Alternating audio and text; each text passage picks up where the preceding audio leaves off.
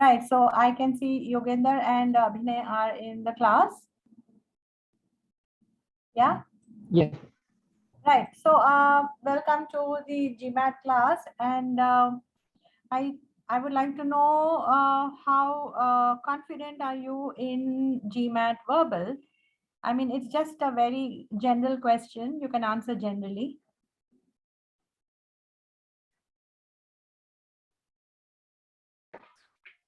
Yeah, so generally, I would like to know how comfortable are you with GMAT verbal? Ma'am, actually, ma'am, firstly, I'm Yugindra, ma'am. Hi, uh, like I don't have an idea regarding the GMAT verbal. Okay, that's all right. Yeah, so this is who spoke now, Abhinay? My name is Yugindra, ma'am. Yogender, okay. Okay, so Yogender says he has no idea of the GMAT verbal as Yeah. of now. So that's all right. And Abhinay, what about Yes, you? ma'am. So I have a basic ideas like I've already attended the classes about sentence correction and all. So I just, I mean, I'm not having that confidence in answering those questions. So Okay, okay. That's Abhinay, right? yes, ma'am. Okay, great. So yeah, so when are you guys targeting the test, the actual test? So basically, I'll be targeting it in October month. I've already completed my most of my uh, quant class, but I'm only left out with the verbals. So I'll just complete those verbal, and October or November is what I'm actually targeting. Yeah. Okay, great. And Yogender, what about you? Ma'am, 3 months from now, ma'am. 3 months from now. Okay, okay, that's nice. Now, are you both students or working professionals? Working, We ma'am. used to work, and we left the organizations to focus on GMAT. So right now you are just in between jobs. Yeah. Yeah. Right. Okay. So basically, as you know, the verbal part of the GMAT is uh, is divided into, or rather, it is compartmentalized into 3 or 4 portions, which is it starts off with the IR and then the AVA. And then you have the verbal reasoning and the quant reasoning, right? So the verbal reasoning, do you know how long is the duration of the verbal reasoning? We have 62 minutes, Yeah, and we have to answer 32 questions. right. And it's about 65 minutes, right? Okay. You Yep. have 36 questions and about 65 minutes to do verbal reasoning. And in quant, you have 31 and 62 minutes. So which is almost about 1 3/4 minute for each question in verbal, isn't it? Mm. Yeah. So obviously, we can't do all the questions in this specific time. There would be some questions which need more time and some which would need less time. Yes or no? Right? Yes, So ma'am. this is where we need to prep ourselves to know out of the components of the test which component of the test we are very good at, and where we could comfortably minimize time in answering, and then which part of the test we are not comfortable and which we could kind of invest more time. So that is how we should be approaching the exam, because obviously that 1 minute 33/4 second is not going to help us to really get a great approach, because all questions are not of the same difficulty. So that is where we need to, in the course of all this teaching or coaching, what you should be doing on your side is figuring out which component you are very good at. That is something each student must decide for himself. It's like there are three components: sentence correction, critical reasoning, and reading comprehension, by and large, isn't it? Now, every time we are preparing for the test, at the back of our mind, we should be thinking, which component am I great at, excelling at? And if I'm excelling at critical reasoning, for instance, then I should try to master that. And I should try to, if I find that I have an aptitude for sentence correction and I'm very good with my grammar, then I should try to master that, because trying to master all the three components doesn't really happen. It becomes difficult to master all the three components and get absolute accuracy. But as you're practicing, you will realize that you have a certain, knack or talent for one of the components. And then the moment you realize that you have a talent for one of the components, then you must be trying to master that. Because then what happens is the time you invest in those questions will be much lesser than the time you spend on the difficult ones. At least you can confidently say that sentence correction, I'm really good. So I am very good at it. I don't have to utilize the entire time for it. I can use my time for the other two, which I'm not so good. So that is how I want when during this coaching, I want you to keep analyzing for yourself as to which of the three components you can really be excellent at, and then you just try to perfect it. Now the other, obviously, if I'm doing sentence correction very well, my weak area, assuming, is reading comprehension, then there's no point trying to master it, because I have understood, even after practicing a lot, my reading comprehension is not doing great.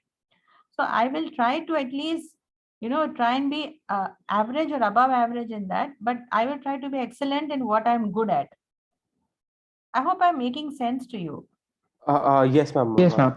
Yeah, because what is happening is, most of the from my experience, I understand that most of the students want to do all the three components brilliantly, and then they fail, because the remember, in the actual testing environment, you are not really, you don't take into consideration time. Most of us don't. When we do mock tests, we don't take into consideration time. We are very keen on becoming excellent in whatever we want to do. We want to do all the three very well, but the truth is we can't.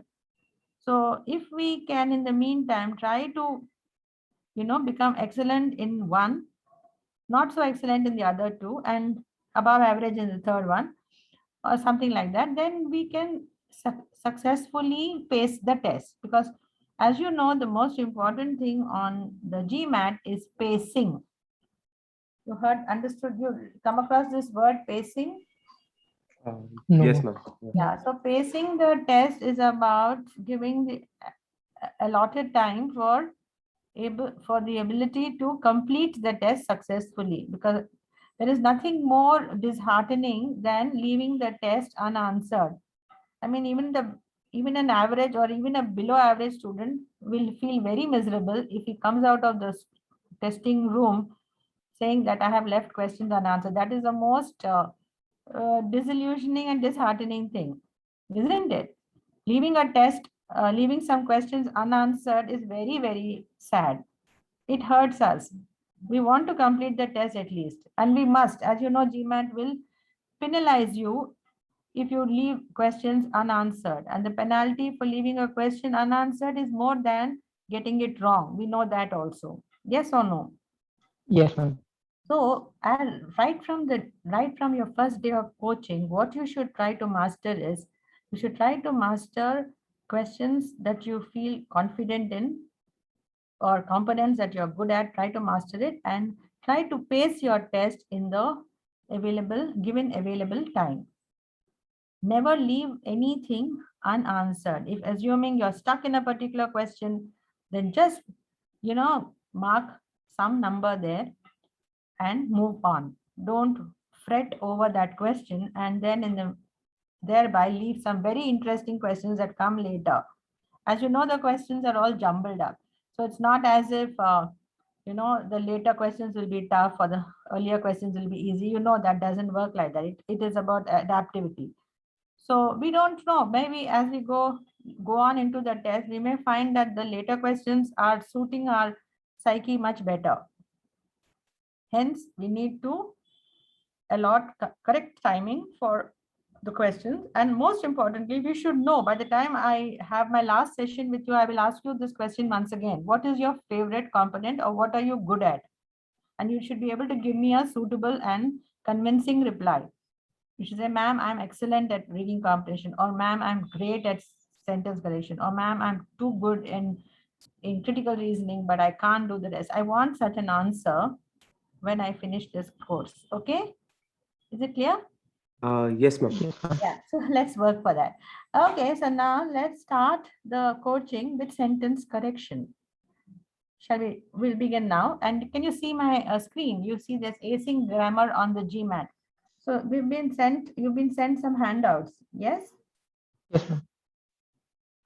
So this is your first verbal handout that was sent to you by Prep Minds. Hello. Yes, ma'am. Have you Yeah, got ma'am. this particular one? Have you been able to locate it? Yeah, we got it, ma'am. Yeah, so this I is got the one which stands for verbal one. Okay. And we're going to start with verbal one handout, which is basically about, it's like a warm-up class. It's about grammar, a subject which you must have all done in your school as a child, and which may or may not be used in your day-to-day life. Nobody really uses grammar in his life, but he subconsciously speaks the correct English, isn't it? Yes, ma'am. Yeah, so this is like in our subconscious region, but we need to bring it out and we need to be aware of it now. We can't allow grammar to be in our subconscious mind. We need to use it now actively on the GMAT, because there will be questions testing you on this grammar knowledge in sentence correction. So we have to bring out our grammar knowledge. Shall we do that? Now, I want you to know, for sentence correction, there are certain things you need to be good at. And these bullet points, I'll swiftly go through them. As you know, you will get a sentence and a part of it is underlined on the test, isn't it? That part which is underlined is presumably where the error is. Now, obviously, you don't meddle with the non-underlined part. The non-underlined part is absolutely correct. There is no error in the non-underlined part. The error, if there is any, will be in the underlined portion of the sentence, isn't it? And you will be given 5 options and you will have to come up with the best version of the underlined part. And the first option will always be a repeat of the original sentence. So there would be no error in the first part. I mean, like, there would be no need to work with the first option. So you will be given 5 options. The first option will be a repeat of the underlined portion, and the others will be better versions of the original sentence. Now, sometimes it is quite possible that the original sentence, even though it was underlined, was absolutely correct, right? So in that case, you will have to pick option A. So in my coaching, I will be referring always to the options with alphabet, okay? I'll be saying A, B, C, D, E, and not 1, 2, 3, 4, 5. Is that clear? Okay, ma'am. ma'am. Yeah. Yeah, so great. So now obviously each sentence, that is the first point I explained to you, where you will have a sentence and some part of it will be underlined, and you need to find the error if there is any in the underline. If there is no error, then you will pick option A. Now, looking at the second bullet point, you will notice that it's only one sentence that we are dealing with on the test. Remember, the sentence can be very, very, very, very long. But remember, it is only one sentence. There are no several sentences. So it will be folly to call them sentences just because you see 5 lines of a question. It doesn't mean there are 5 sentences. There's only one sentence. And how do you identify a sentence? It starts with a capital and it ends with a period or a full stop, which is what our school teachers have told us, isn't it? So there's only one sentence that we are dealing with. And you just why is it so long? Then it's long because, you know, writers do have a tendency to add lot of fillers, you know, a lot of associated information about some things that they are saying in that sentence. There are people, you know, who talk endlessly and they don't have and you keep saying, oh my god, when will the full stop come? So it's like that. Some writers like to write such long sentences, and you wonder when will the sentence end. The reason is they want to bring in a lot of associated material along with the information they are giving. So when you have a lot of such stuff coming in between, these are called phrases and clauses. So just remember these terms, phrases and clauses, because they are very, very often tested on the sentence correction, how the phrases and the clauses could have some errors in them. So just be keep looking at these words carefully. Okay, so that is why, because of those phrases and clauses, you seem to have a very long sentence. Okay, now the third bullet point is, of course, talking about certain grammar rules that you would need to know effectively in order to do the test well. But uh,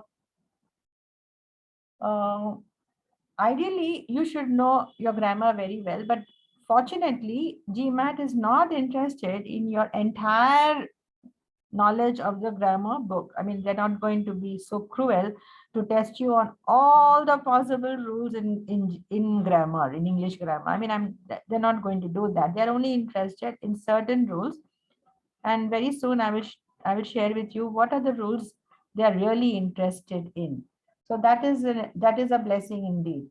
And then remember the sentence, the fourth bullet point says that they are all about grammar and meaning. So ideally, when you look at a sentence on the GMAT, you must understand that there is a meaning that is being conveyed. This writer is conveying a meaning, and when we try to rework the sentence to get a better version of it, we must never compromise the meaning. The original meaning of the sentence is sacrosanct. I mean, it cannot be changed. You can't, in your endeavor to work with the grammar or modify the grammar, remember, you have no business to change the original meaning. So meaning is paramount. You cannot sacrifice meaning. The meaning that the guy is trying to convey needs to be understood and respected. And then you need to look at the grammar, whether the grammar he has employed in conveying the meaning is suitable, or is it creating some kind of incomprehension. And then the meaning, by the way, the meaning is not subjective, meaning you can't take your own understanding of the sentence. You can't have a subjective analogy. You cannot say, well, I think this is his meaning. There is no question about what you think or what I think. It is about what the author thinks, and that guy's sentence is as per his meaning.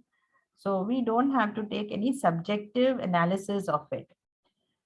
Then the next bullet point is that every sentence there is a core. Now the core would be the basic message or meaning he wishes to convey, and that core, that main sentence will be what we need to know. Now, as I said, while explaining the core of a sentence, the author may use additional information here and there, because that may be coming as an afterthought. Let me give you an example. Let me take the case of our Indian captain Virat Kohli. So he started. If I write a sentence like Virat Kohli started his cricketing career in 2008, and then I go on to describe something about his father or his wife or his marriage, and then I come back to his cricketing runs and what his position is in the cricketing world today. Then my sentence is taking you on a long tour, and but it is not coming to the core. The core of the sentence is that he is a cricketing captain today, and he is very successful. So he's starting his career in 2008, his father passing away, his wife, and so on. All that is add-on information that I have given, but that is should not be my concern. I should be reading it, but I should not be worrying too much about it, because the message of my sentence is eventually that he is a very successful captain. Are you understanding me, guys? Yes, ma'am. So all that data that I gave in the sentence about his starting his parents or his wife or other associated data, that is irrelevant as far as I'm concerned. That doesn't contribute to his core. The core of the sentence is that he is a very successful captain. That's all. That's all I wish to say. So likewise on the GMAT, there will be long sentences, but your alert mind should be to see what is the core meaning. What is it that this guy is trying to say? And what is the information that you can kind of overlook or consider as superfluous? You should be able to do that. Is it clear? Then you notice that every sentence will have a subject and a verb. Now, these are very paramount terms. I will be referring to it throughout my teaching. I'll be asking you what is the subject of the sentence, what is the verb of the sentence. So, a sentence will have and must have a subject and a verb. In fact, nobody can write a sentence without a verb. To understand, verb is so very critical and important for a sentence to make meaning. You can speak, you can try it out among yourselves, your friends. Can you construct a sentence without a verb? Think. Can you make a sentence without a verb? No, there'll be verb associated with every sentence that we speak. Yeah, we can't make. I mean, even if you try, you'll probably make a very broken sentence. It will not convey meaning. If you just string a few words together, that doesn't become a sentence. A sentence must have meaning. And for a sentence to have meaning, you must have a subject and a verb. Okay. Even if either is missing, the sentence seems to become meaningless. So our job on the GMAT is to check for the subject and the verb. In fact, my recommendation or advice to all of you is, take out a newspaper and just keep reading.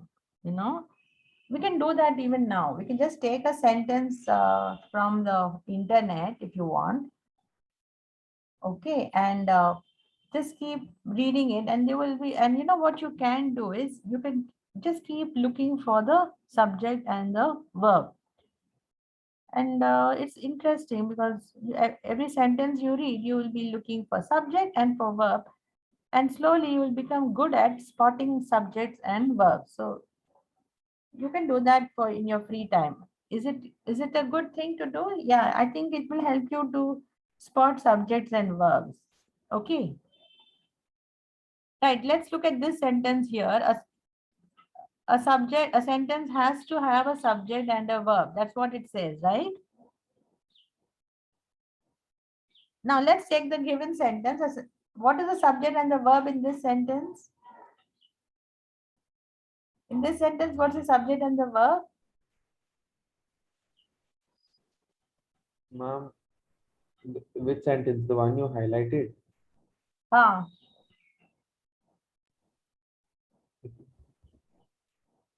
Ma'am, the subject is the subject. As in, how do I tell this? Ma'am, no. verb is has to have a. Okay, has to is a verb. Yeah, And what's the subject of that? subject is basically the main idea. So the subject is whatever comes before the verb. Okay, guys. yeah. So if has to have is your verb, then a sentence is your subject. This becomes your subject. Okay. Okay. A sentence is your subject. Has to have is a verb. Okay. Look at this one. Now read further. If either is missing. Now what is the verb in this part of the sentence if either is missing? Is missing. Yes, this is the verb. Very good. Is missing. So what's the subject of is missing? What is Either. missing? Okay. The subject and the verb. So if either is missing, so if I ask you what's the subject of is missing, then you must say that either. Either is the subject of the sentence. Okay. Have you got Now it? I have a small doubt. Basically, for every sentence before verb, the subject will be there, right? I mean, Excellent. Yeah, that's precisely what I want to convey. Well done. So yes, the subject is always the information that comes before the verb. Is it clear? understood. The subject, see, when I use the word subject metaphorically, or when I generally ask what's the subject of this sentence, then you may say, well, basically it's talking about some core and all. You may talk like that, but here you're not supposed to answer like that. I'm asking you a grammatical subject. So in grammar, the subject is always the information that comes before the verb. Is that clear? Yes, ma'am. Yeah. So Yes, ma'am. whenever I ask you now pick the subject and the verb, obviously the sensible thing to do is to pick the verb first. Because I know for a fact that whatever comes before the verb is my subject. So instead of searching for the subject of the sentence, because then I will go into a metaphorical subject, I will start thinking, "Arey subject bole to kya karna hai? What should I do?" I can find the subject anywhere in the middle also. No, we are not talking of that kind of subject, right? We're talking of what is the grammatical subject of the sentence, which means it is the information that comes before the verb.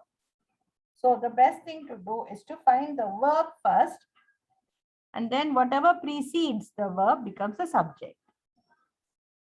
Right? So whenever I ask you, hey, what's the subject of the sentence? Then you will say, ma'am, the verb is missing. So the subject must be either. Okay? Great. So like this, you can do in your free time. You can read the newspaper and you can keep, what you should be doing is underlining the verb first.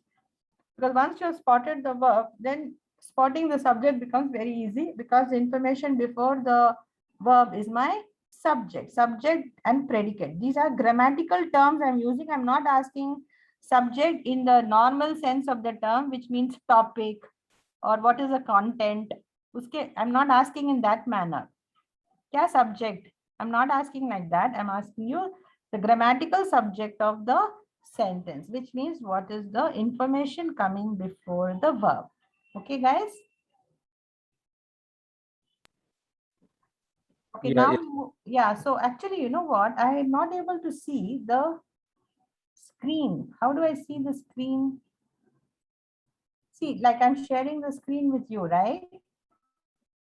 But how do I see the chat box and all that? 1 second. Yeah, I can see it now. Okay, great. Yeah.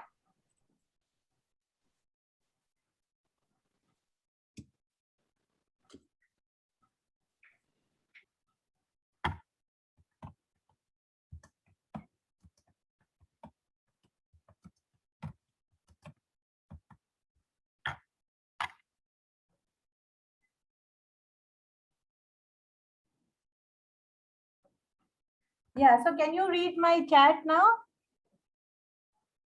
No. Yes, Hello? ma'am. Yes, Yes, ma'am. ma'am. Yeah, Yes, because ma'am. I could not do it. I was wondering why I couldn't do it. Now, okay, great. Okay, great. Now let's go on quickly. Now, next bullet says there may be errors in the phrases and clauses that have been added. Now, as I said, what happens is when you are speaking, you may start off in a very plain way. You may say, so and so went so and to the market on so and so day. But you know, while narrating it, you may want to add a lot of information. You may say, so and so who happens to be my uncle's friend's son. Now all that is add-on information, isn't it? My uncle's friend's son is not really important to what I want to say. I just want to say that so and so went to the market and brought me so and so things. But while explaining about that so and so, I want to add on some more gyan, some more information. Yes or no? So all that add-on information that I add to the sentence is not really meddling with the subject. The subject of the sentence is that so and so went to the market and brought me something. But the data that I gave about who he is, how he relates to me, and what is he, where is he working, and all that extra stuff that I have mentioned is not really important to the subject, but it is still there. So all the extra stuff that we give in a sentence is written in the form of phrases and clauses. So these are also important words that you need to be you may be familiar, you need to be familiar with phrases and clauses, very important term. Okay, just remember these terms, phrases and clauses, because this is where the GMAT may be making some errors and we need to fix the errors in the phrases and the clauses, which are the add-on information of the sentence, of the subject. Okay. Now, majority of the grammar errors will fall into 6 grammar rules. So that is the good news. As I said a little earlier, there are so many rules in the grammar book of English.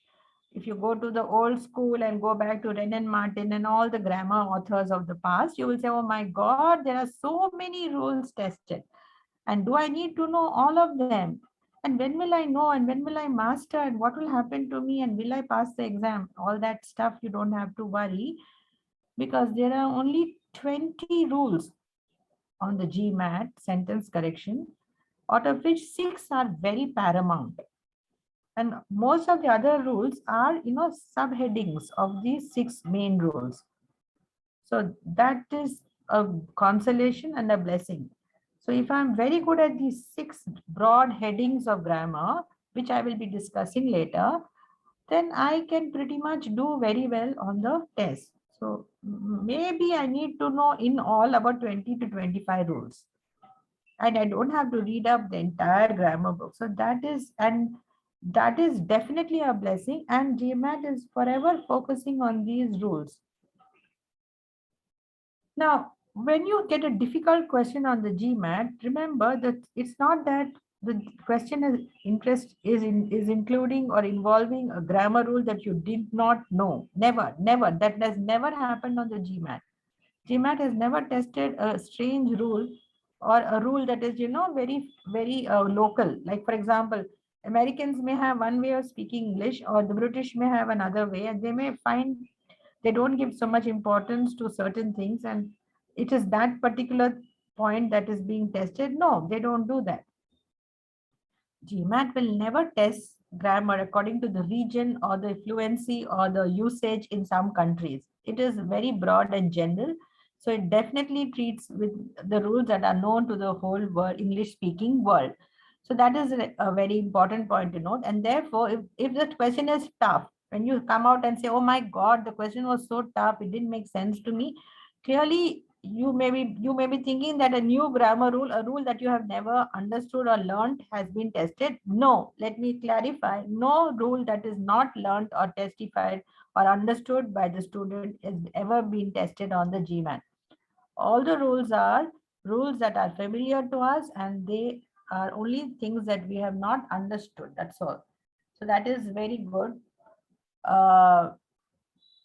They just say the sentence becomes difficult because it is complicated in the way it is understood, and probably you have failed to understand the meaning. The meaning, sometimes, the meaning of the sentence gets shrouded or covered with lot of words.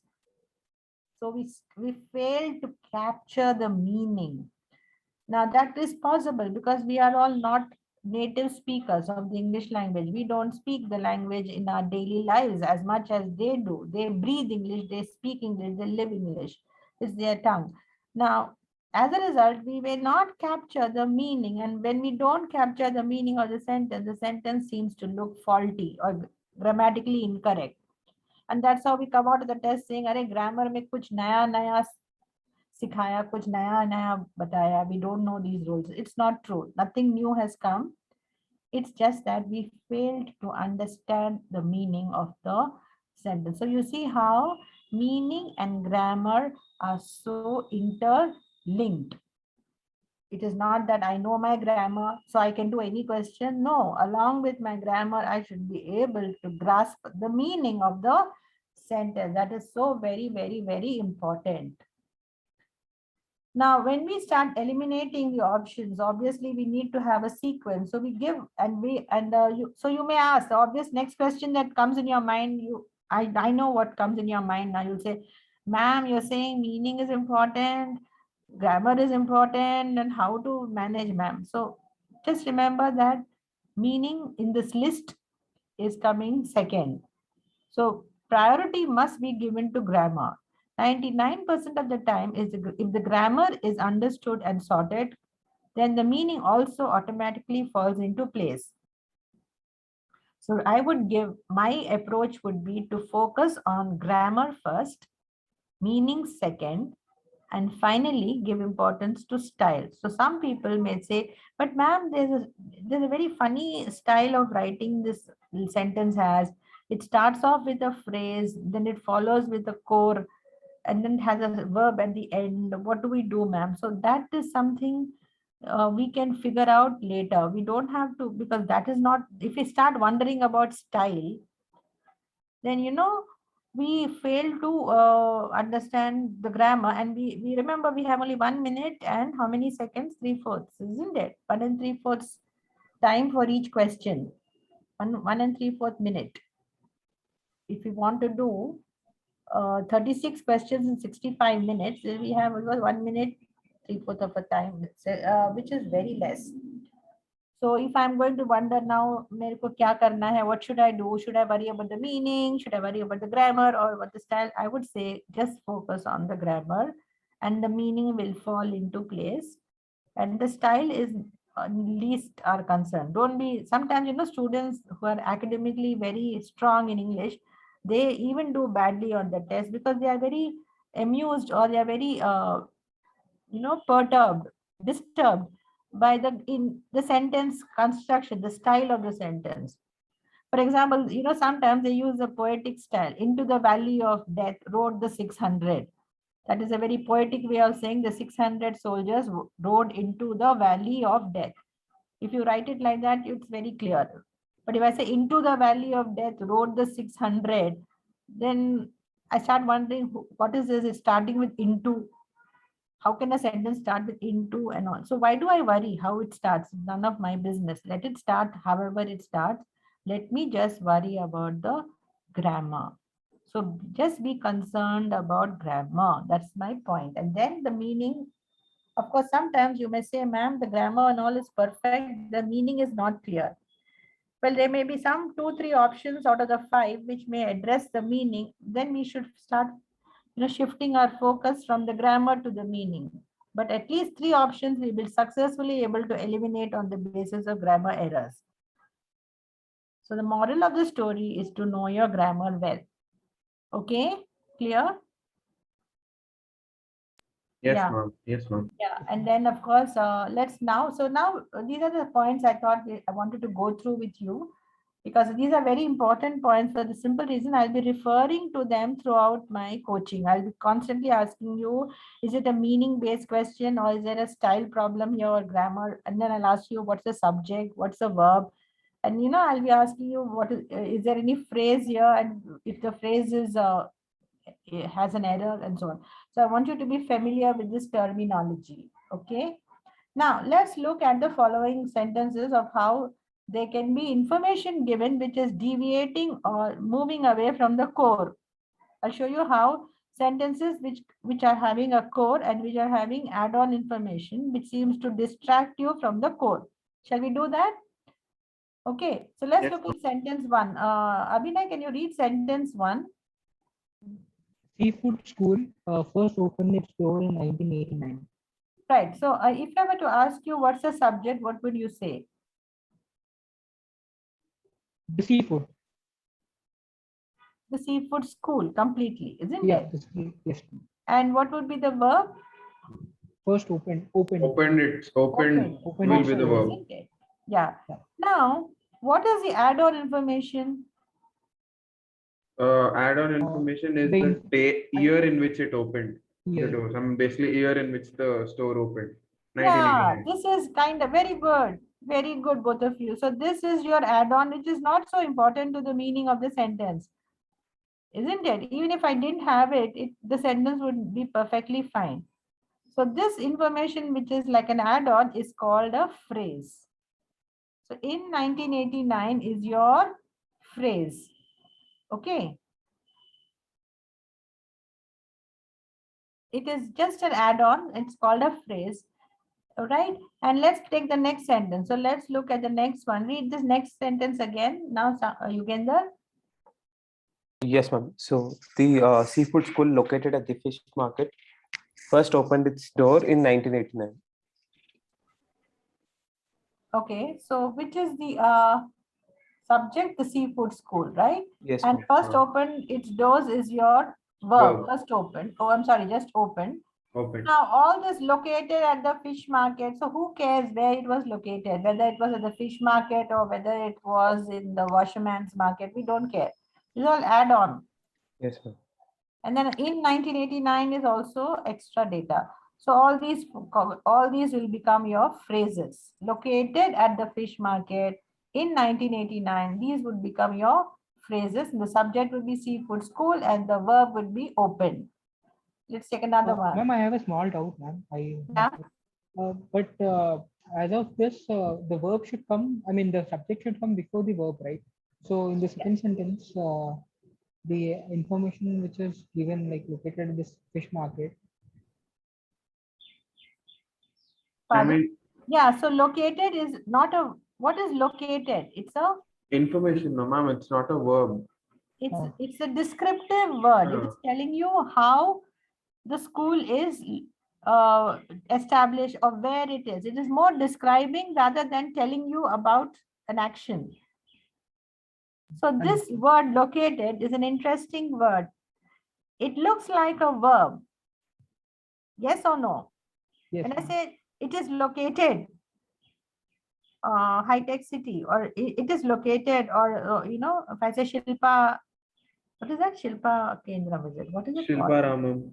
Shilpa Ramam is located in Madhapur. So obviously, I am telling you the subject is Shilpa Ramam, and it is located. So it is an action of that place. So there it is definitely a verb. But here it is acting as, it is looking like a verb, but acting like an adjective because it is describing you where the school is presented. It is the situation, this sentence is not about where it is located, it's already telling you about something that is located somewhere. So when you see a verb in a sentence, looking like a verb but behaving like an adjective or describing word, you call such words participles. You call such words participles. Okay. Just thinking, how will I? Okay. So, how can I write something on the screen?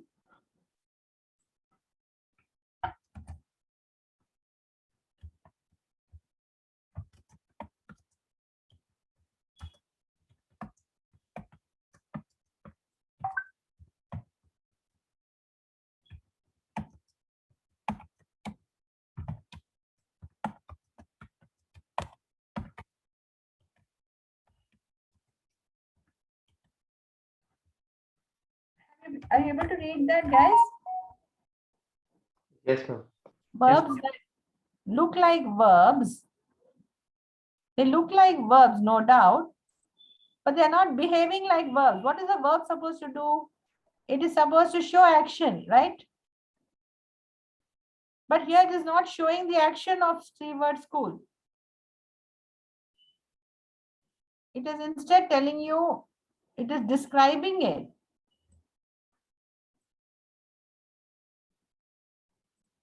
Please write this point down, guys, because participles are something you should be, I will be discussing later, but you should know. So here, located is a descriptive word, though it's obviously looking like a verb, but it is not working like a verb. It is not functioning as a verb. It is functioning as a description. It is describing the seafood school. Now, anything that is behaving like an adjective cannot be called a verb. So it becomes, therefore, located at the fish market becomes a participle phrase.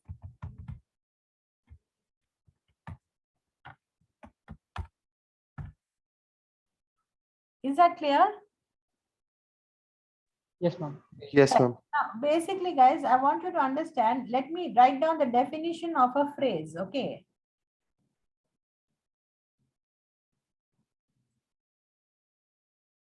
I want to write down a phrase now.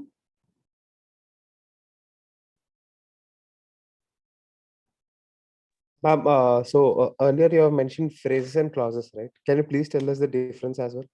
Yeah, I'm just thinking, how will I write it down here? Now, where will I type it? I want you to take down this point. So I'm just wondering how to type it. One sec.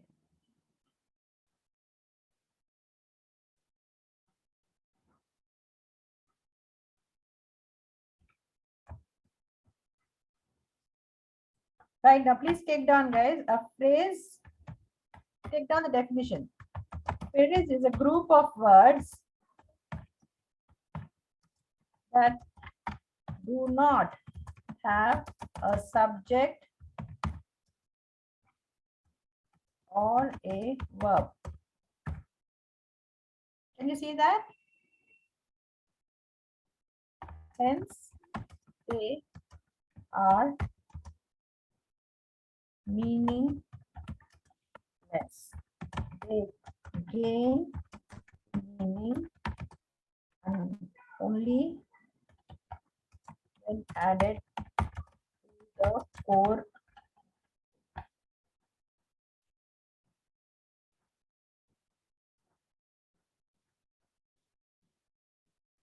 Ma'am, I think you need to open the Word file and scroll down so that we can see the next sheet. Okay, one sec then, one sec. Huh? I don't know how this is done yet.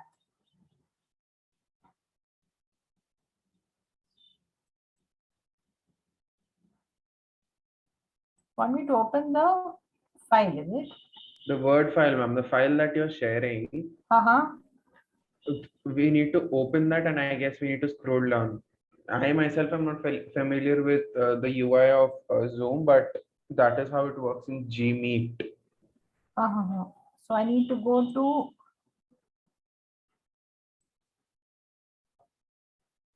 one second. I don't know why this cursor is showing something else.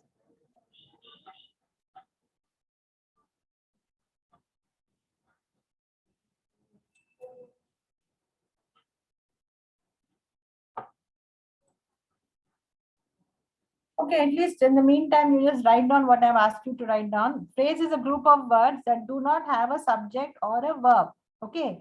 Any group of words that are written together but do not have a subject and a verb, they cannot be called sentences because we had already established that a sentence is a group of words that has a subject and a verb, isn't it? So if something doesn't have a subject and a verb, then it can't be a sentence, simple. So basically, all these years you interchanged the usage of phrase and sentence, which is completely wrong. What? Sorry, I can't hear you. I mean, I said all these years we interchange the use of the words phrase and sentence for a sentence, which is wrong. Yeah, great. So if you call a sentence a phrase, then you're doing injustice. You're not really, see, what is a phrase? A phrase is a string of words put together without making any sense. Okay, and why does that phrase of cease to make sense? Because it doesn't have a subject and a verb. For a sentence to be meaningful or make sense, you need to have a subject and a verb.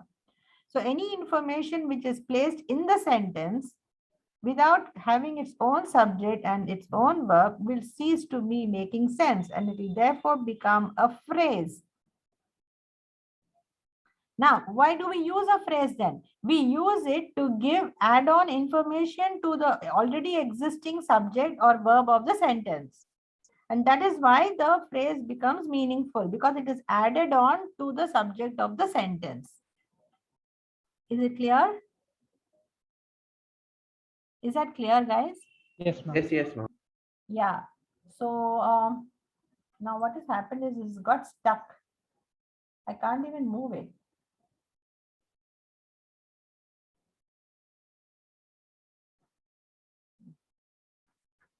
Why can't I move the slides up and down?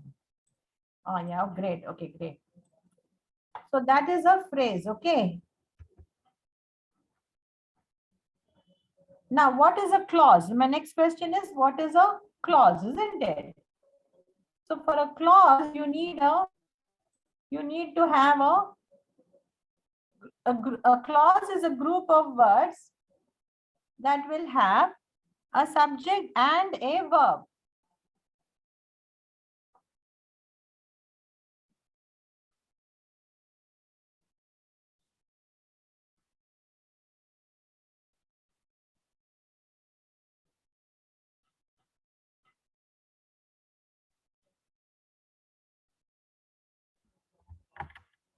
Can you see now? Hello? Yes, ma'am. Yes, ma'am.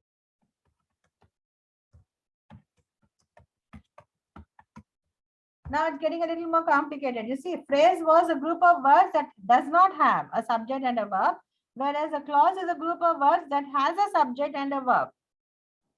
Now, clauses come in the sentences.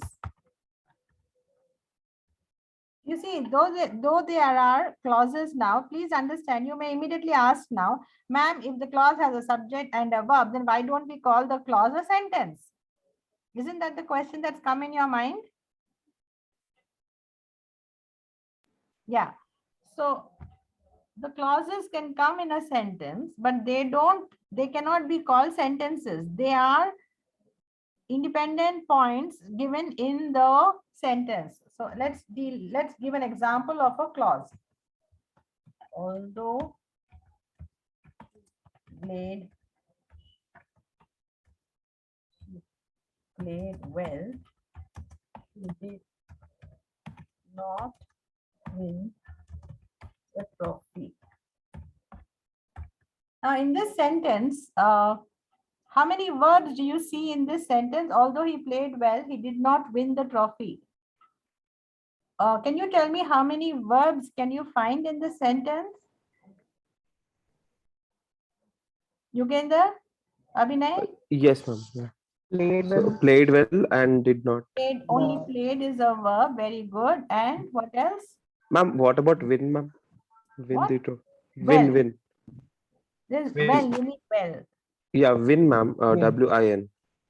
Yeah, of course, that's also a verb. Very good. So he did Did not not win. win. Did not win. Yeah, did not win is also your verb. Yeah. Now, when you see two verbs in the sentence, what comes to your mind immediately? Tell me. This is Quickly. a clause. Yeah. No, one second. Forget clause. You from the earlier data information that I gave you, I told you while I was doing the bullet points that every sentence will have a subject and a verb. Hai ki nahi? So now you've seen in this one sentence, you have seen two verbs. So what comes to your mind immediately? This is something style of Grammatical error. grammatical. No, not about the error. No. I'm just asking you, when you It see won't that be the a sentence sentence, has no, two ma'am. verbs, what should come to your mind immediately? Because I told you to, when you're reading a sentence, look for the verb.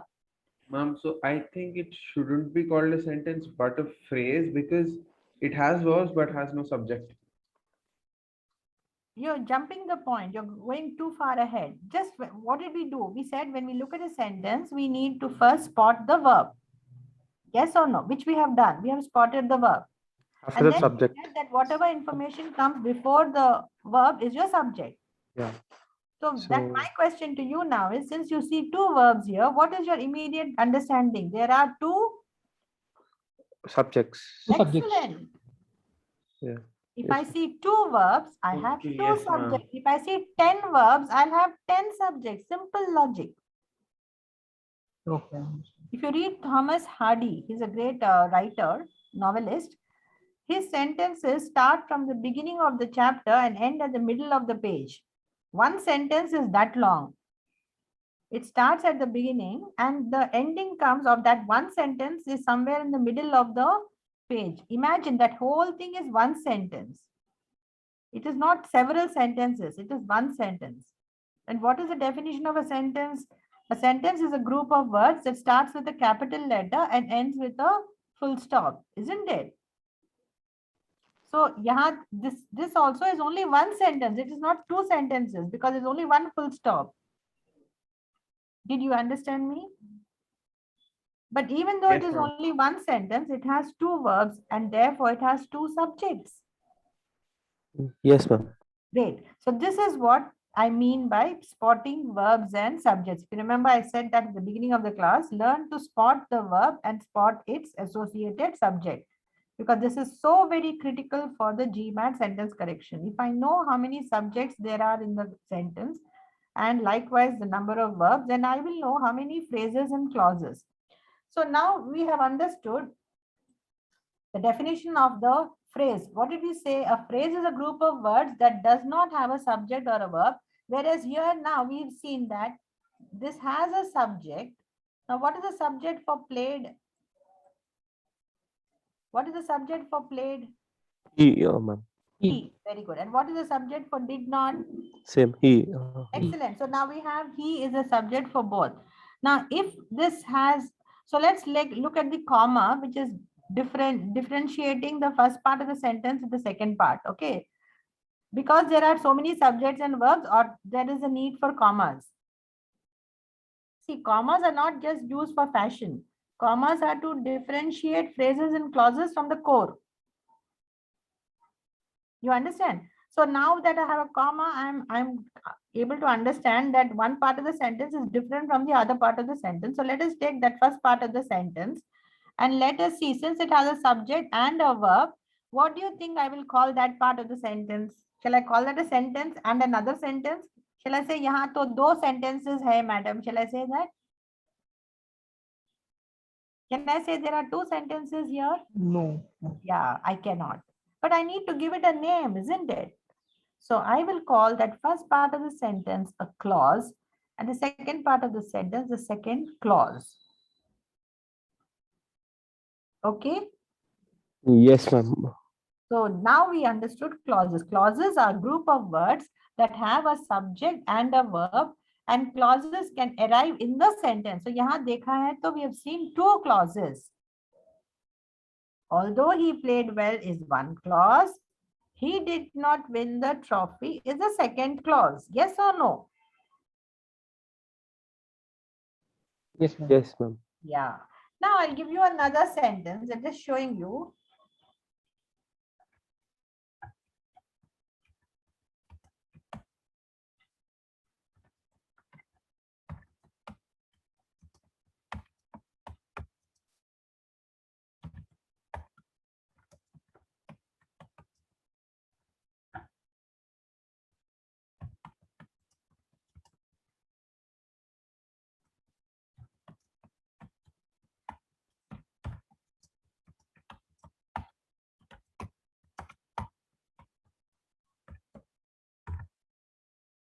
Now you see, look at this sentence. If you read it, Abhinay, can you read it loud?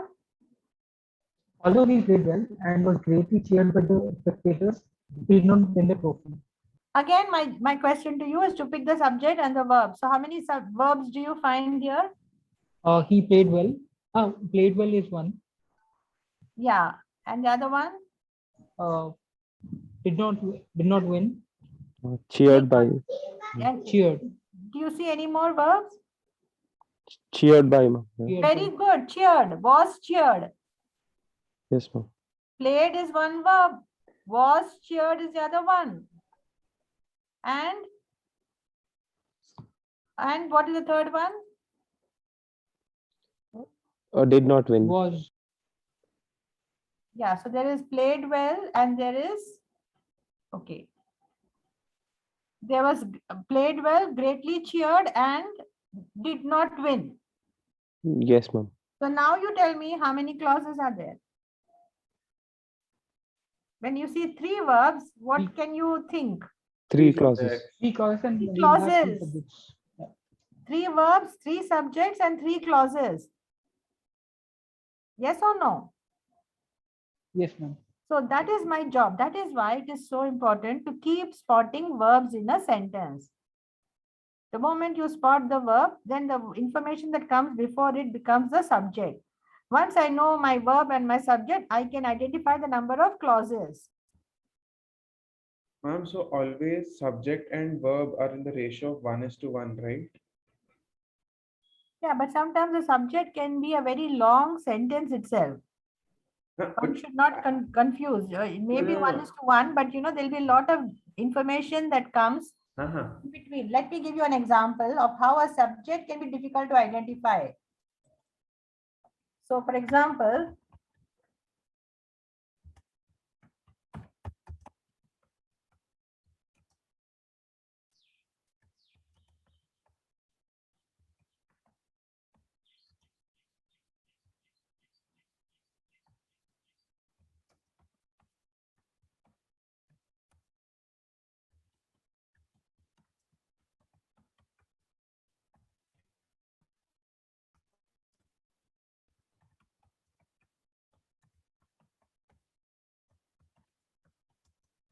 can you read the sentence? Yeah. Yes, ma'am. Okay. Now, I want to know how many verbs are there in this sentence. I'm Two sitting, verbs, ma'am. blooming. Yeah. Two, ma'am, sitting and short dead. One sec, think carefully and answer how many verbs are there in this sentence. Three. Sitting, blooming, and Short dead. short dead. No, there are not. You've got it wrong. Why not? Sitting is there. Okay, now sitting is what? Is the bird actually sitting? Is it doing the action of sitting, or is it the description of the bird? It is not It is a any description bird, of bird. but the bird Description. sitting on branches. It Okay. is a description. Sitting is a description. Is the sentence telling you that the birds are sitting, or is it just describing the birds that are on the branches that are sitting there and not any bird? What is this bird sitting doing? Is it describing the bird, or is it telling you that it is sitting there at the moment? It is They're just describing. describing the Describing, ma'am. Yeah. bird. Right. So as I told you, there are verbs on, in grammar which apparently look like verbs, but they're not functioning as verbs. They are more as descriptive words. Okay. They are describing, they are not really functioning in terms of grammar definition. Of course, there are verbs. These are definitely verbs, but their functionality is not to tell you that chalo ek bird wahan baith raha hai. It's not about the action of the bird sitting. It's about describing those birds, not in, it's like, making it particular. Only the bird sitting on the branches, not any bird that is flying or that is swooping down. We're talking of only those birds sitting on the branches, isn't it? So here sitting is a descriptive word. So although it is a verb, it is functioning as a describing word, and therefore what did we call such words which look like verbs but which are functioning as adjectives? What do we call such words? Participles. Yeah, participles. So these are participles, okay? And when I go to teach you verbs in detail, I'll explain the difference between main verbs and participles. Right now, just recognize that this is a describing verb and therefore it's a participle. So when I ask you to spot the verb, you can't spot the participle. You should give me a verb, right? So what is the verb in the sentence?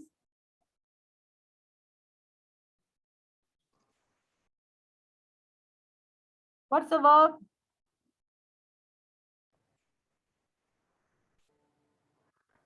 Come on, guys. What are the verbs here? Short Dead. dead, Again, short dead, ma'am. blooming and short dead. Yes. Pardon. Short dead. He were short dead. Yeah. Were short dead and blooming. Blooming is also an action word, right? Is it an action word or is it a describing word? They are describing. Is it telling you अरे एक अभी निकल रहा है एक flower अभी bloom हो रहा है? Is it talking about each flower blooming right now? Is it talking No, about no. an action taking place, or it is describing the flowers which are bloom? It is not any flower but जो bloom हो रहा है. So It what is is it doing? describing something. Functioning as an action or a description?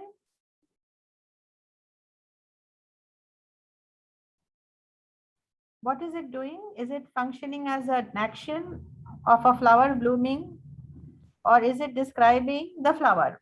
Description, ma'am. Great. So we'll call it a participle. Okay. Yeah.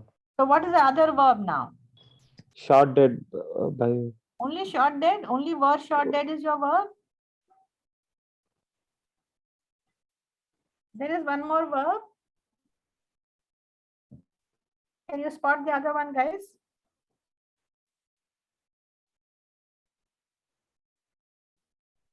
I have a pencil. one by one, ma'am. Yeah. Yeah. If I say I have a pencil, what is the verb in that sentence? Have Very good. Have, not a. Only okay, have. sorry, have, yeah. So because that have means possess. So here, what is a verb now? With this tip, you can tell me. Only What was did the short. what did the branches have? Flowers. So what is that verb which is describing that? What is that? Sorry, verb there. Branches. Which had love. So what is the verb then?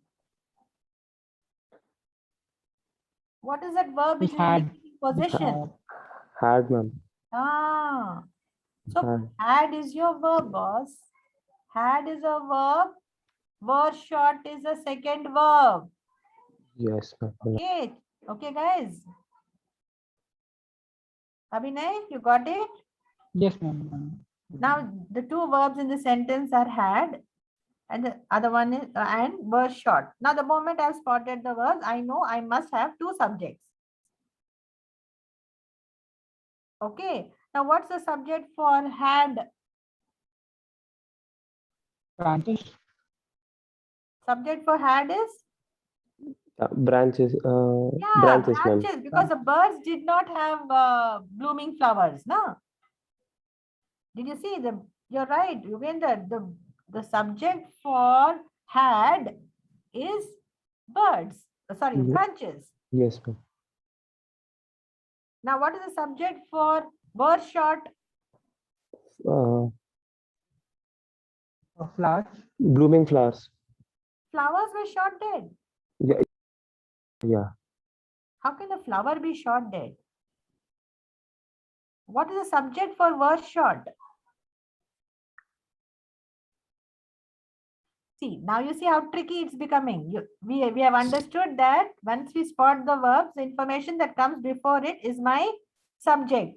We learned that, but it's getting trickier now. The information will definitely come before it, but it will not be placed just exactly before it. You have to now find out. You'll have to remove the unnecessary data and catch the subject and the verb, appropriate subject and appropriate verb. So what is the subject for had? It is the branches.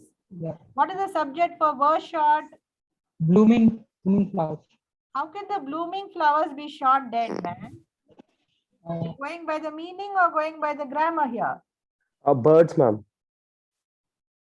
Birds. Exactly. If you go by meaning, you know that flowers can't be short dead. Meaning tells you that the birds were short dead. Did you see how the subject is 1 meter away from the verb now? Yes, ma'am. So does this answer your question, Yogender? You asked me, does it mean that every time it's one-on-one, proportion is 1:1, that subject, baju mein, verb? It doesn't happen like that. The verb can be 1 meter away from the subject. It is your job to locate the appropriate subject and the appropriate verb. Is it clear? Yes, ma'am. So actually, Bhargav has asked the question. Who asked? Bhargav. Where is Bhargav now? I am here only, ma'am. I'm listening to you. Oh, I'm so sorry. I didn't even see you. One sec. Hello, good morning, Bhargav. Did you join late? I joined 5 minutes late. I had a power outage in my area. Oh, okay, okay. So are you now in the class? I mean, like you joined, at least you heard a bit of it so far? Ma'am, I've been in class since 10:30, ma'am. 10:40, 10:40, yeah. Okay, great, great. So Yeah. are you catching it now, Bhargav? Did you get the point? Now, Yes. did you get? So, Yes, okay, ma'am. let me now tell you. Now, in this sentence, what have you observed? You have seen two verbs, had and were short.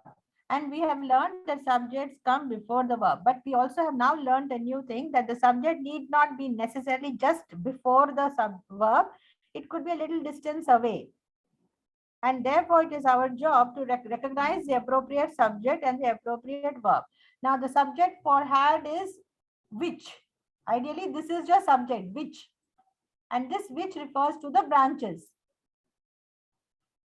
So, branches which had lovely blooming flowers is one unit. This is one unit, and therefore we will call it one clause. Because a clause is a group of words that has a subject and a verb. So here we have seen the unit. It is quite clear. The branches had lovely blooming flowers. So this unit is total, complete. Let's look at the second unit. We have were short. Is our verb is were short. Now uska subject kahan hai? Bahut dur hai. It is sitting. It is about the birds. So the birds were shot dead one by one. So the bird subject were shot dead is your verb. So that is the next unit. Is it clear now? Is it clear, guys? Yes, ma'am. So therefore, this sentence has got two subjects and two verbs. Because, yeah, so now that you've seen two subjects and two verbs, can you say that there are two sentences here? We cannot, because grammatically we know that a sentence starts with a capital letter and ends with a full stop. But here, since we have only one capital letter starting and one full stop, we have to accept this is only one sentence. But unfortunately, we see two subjects and two verbs. So therefore, we use the terminology clause. We say, okay, this sentence has got two clauses. Now, my question to you, does this sentence have some information we have not considered? Any word we have not considered? I believe branches, ma'am, because you said that sitting was a descriptive act of what the birds Yeah, were so doing, not the we real. have taken branches as a subject for one clause, isn't it? Branches which had lovely blooming flowers, because the branches only can have the flowers. So that is one clause. The birds were shot dead one by one is a second. So the Sitting on takeaway, is what we we did not take into consideration sitting on. Yes or no? Sitting on, that we have not taken into consideration. Yes or no? Yes, ma'am. We have taken the birds were shot dead one by one as one clause. Branches branches which had lovely blooming flowers as a second clause. Or if you want, we can say we have not even taken branches, we have taken which had lovely blooming flowers as one clause, because strictly speaking, which is coming before the verb had. So which had lovely blooming flowers, we have considered as one clause. The birds were shot dead one by one, we are taking as another clause. But what about sitting on branches? Ye jo data hai apan, we have not taken into consideration. Yes or no? Yes, ma'am. Yes, So ma'am. that sitting on branches becomes your phrase. Because it doesn't have a subject, it doesn't have a verb, it cannot be qualified to call a clause, and therefore we call this information sitting on branches, we call it a phrase. And what is this sitting on branches phrase? Starting with a verb. But what we know, that verb is a participle. So we will call it a participle phrase. And what is its functionality here? It is describing the birds. It is not any bird that was shot one by one. It is only describing those birds that were sitting on branches. So in order to qualify the birds or to make them particular, we use the participle phrase, sitting on branches. So ideally, if I want to explain or analyze this sentence, we can say this sentence has got two clauses and one phrase. Is it clear, children? Yes, Yeah. Yes, ma'am. Yes, All ma'am. of you, you must either type yes or something, because I don't know whether you are understanding. Have you got it? Yes, ma'am. Right. So Yes, now ma'am. we have understood the sentence as containing two clauses and one phrase. Now, my question, it doesn't stop here. We need to know a little more. Clauses come in two flavors, guys. There are clauses have two flavors. So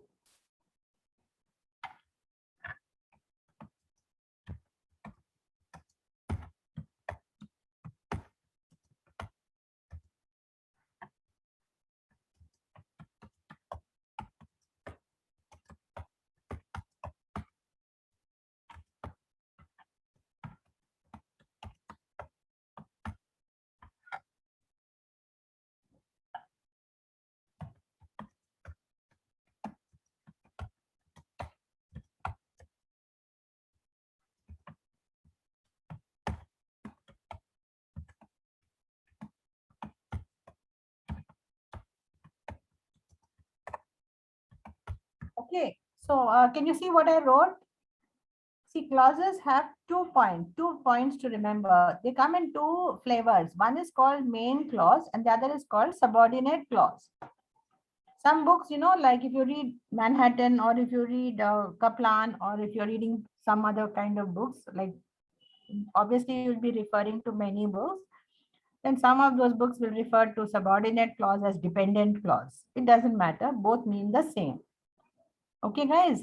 So basically clauses come in two flavors. You can have main clauses and subordinate. What is the difference between the two? The difference is the main clause stands by itself and makes complete meaning.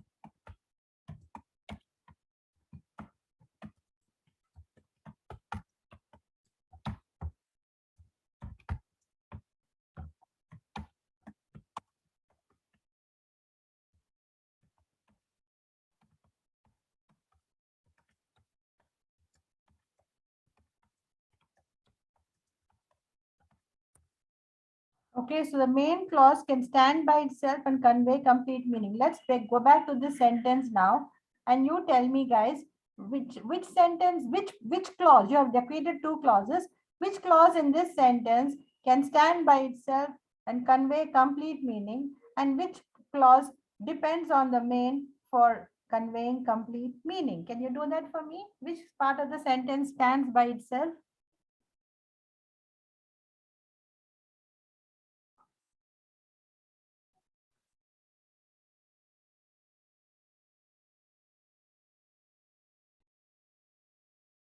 Main is the word sitting on were shorted one by one is the main clause. Pardon? A little louder. Yeah.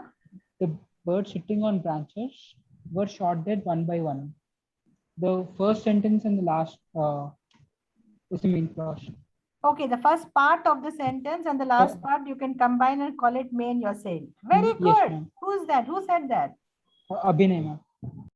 Abhinay, that's correct. The birds sitting on branches were shot dead one by one. Perfect. That is the core of the sentence. Excellent. So sentence ka jo meaning tha, that is perfect in this part of the sentence. And which had branches which had lovely blooming flowers is only the extra information that is coming or adding on to the sentence. So that becomes your subordinate clause.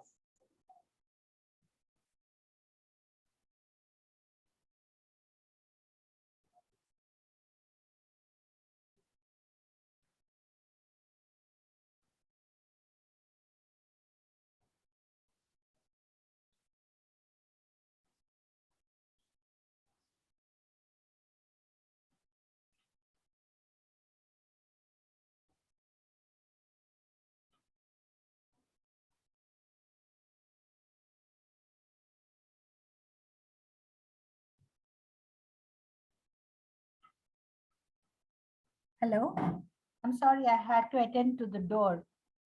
Yeah, who's speaking now? Hello? Yes, ma'am. All of you, have you understood that the birds were shot dead one by one is the main clause, and branches which had lovely blooming flowers is your subordinate clause. Is that clear? Yes, ma'am.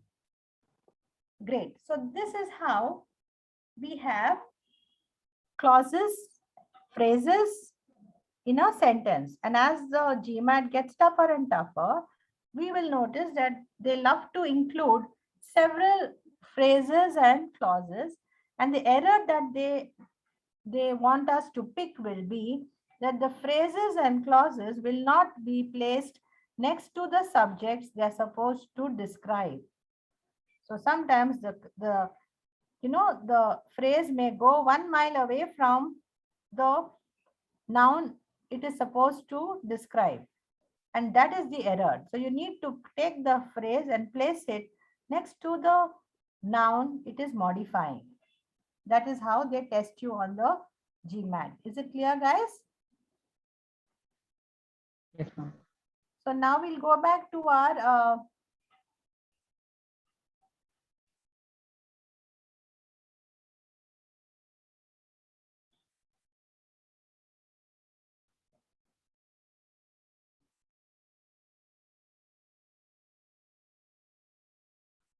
let's go back to our test now.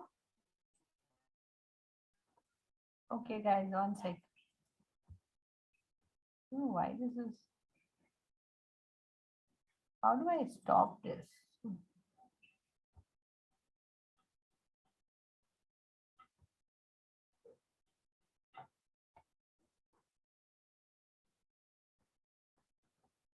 Okay. Click again, I guess. Yeah. Right now, let us read the next sentence. Can you read the next sentence? Yes, ma'am. Popular tourist, popular among tourists, the seafood school located at the fish market first opened its doors in 1989 to cooking classes on how to prepare a wide variety of seafood dishes at home. Okay, so what is the verb? Can you find the verb in the sentence? Obviously, ma'am, first opened its doors has been the verb since the first iteration of this. The subject is seafood school. First opened its doors. We have recognized our subject and verb. Excellent. Now, very good. Now, what is popular among tourists? It is a phrase. And what is it describing? Tourists. No, man. What The is it seafood describing? school. The seafood school, The sorry. seafood school. Excellent. So the seafood school is popular among tourists. So this phrase, popular among tourists, is describing the seafood school. Is it placed next to the seafood school? Yeah, it is placed exactly next. So there is no confusion that it is describing the school. So this is well placed phrase, right? Yes, ma'am. Now let's go to the located at the fish market. That's another phrase. Is that well placed? Yes, ma'am. Right next to the Yes, subject. ma'am. Yeah. Very It's good. another Now phrase. let's look at cooking classes on how to prepare.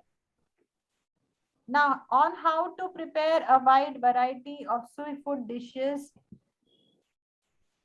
How to prepare a wide variety of seafood dishes, such that long information. What would you like to call it? A phrase or a clause?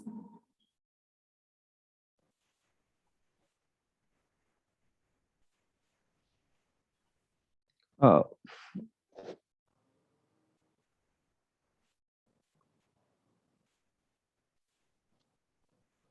What would you like to call it?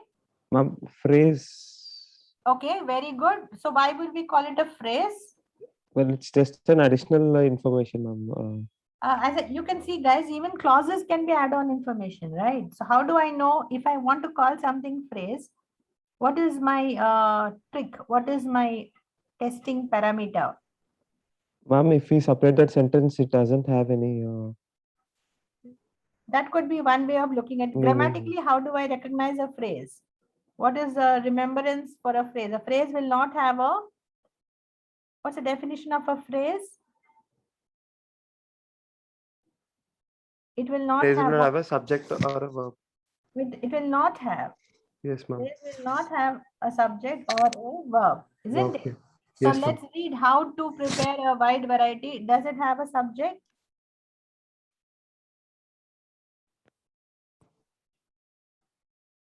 So you may say, ma'am, yes, it has a subject, classes, and to prepare is the verb.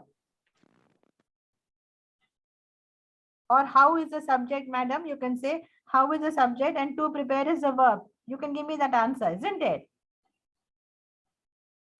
Yes or no? Yes, ma'am. Yes, ma'am. All of you guys, are you all there? Bhargava Yes, ma'am, I'm there. and Abhinay? Yes, ma'am. I'm there, ma'am. So now can we call this how as your subject and to prepare as a verb? Can we do that? Can we call that another clause? No, ma'am. Acha, yeah, that can be called a clause, but yeah. Yeah, so that is a kind of doubt we get. We can say, my God, there is a to prepare, which is a verb. So how is a subject? So why can't we call this a clause? That's a doubt that can come, but I want to clarify this doubt now. To prepare is not technically a verb. It is a fractured verb. It's not a complete verb. It's like some leg has been fractured or it's a broken verb. So to prepare are called in English grammar two infinitives. So please note down, two infinitives are not main verbs. They are not considered as main verbs and therefore they can never make clauses. So they can't be a clause. They are not treated in grammar as main verbs. So though they look like verbs, they are not complete verbs. They are fractured verbs. They are called two infinitives and they cannot constitute a main verb. Hence, how to prepare becomes another two infinitive phrase. Please write down, it's a two infinitive phrase. It's looking like a verb, but can't function as a verb. It's considered a fractured verb.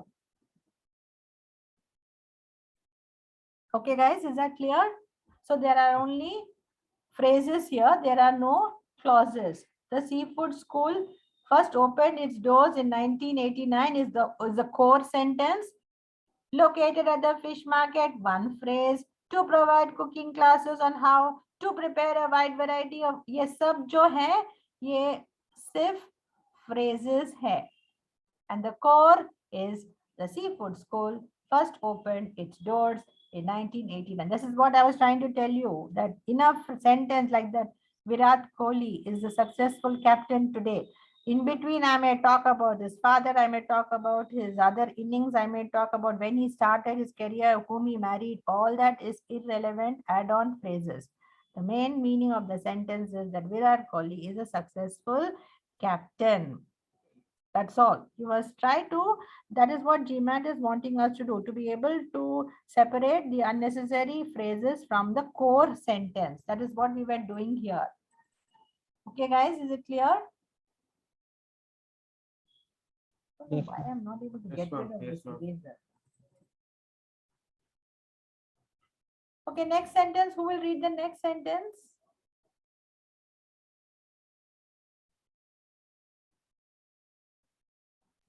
Okay. Huh?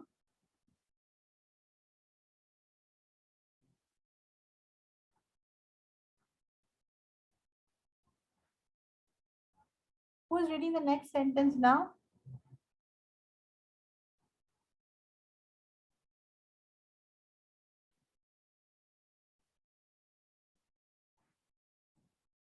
Okay, can you do this drill for me, all of you? Manet's work had a profound impact on his contemporaries. Okay, this is your core sentence. I want you to know how you're going to add on these phrases to them. Where do you think you should place them? So let's start with Bhargav. Will you please do this first sentence for me? Manet's work had a profound impact on his contemporaries. This is your core. I would like you to join the add-on information in the appropriate places. So where will you add such as Monet and Renoir?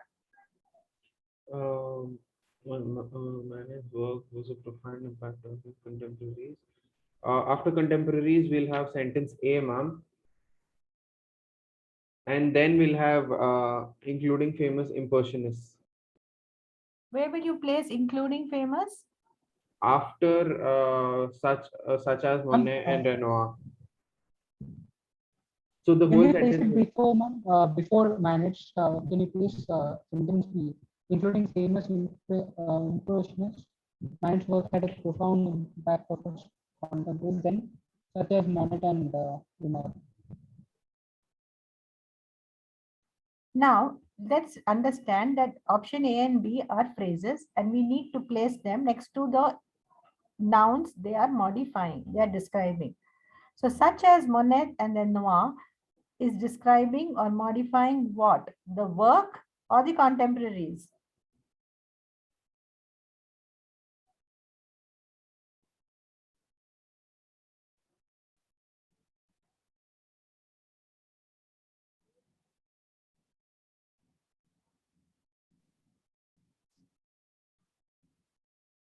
What is the work?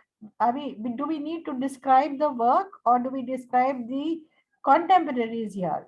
Can it be work. Manet's works at Yeah, so first we including need to describe Monet's work. So Monet's work is which option describes Monet's work?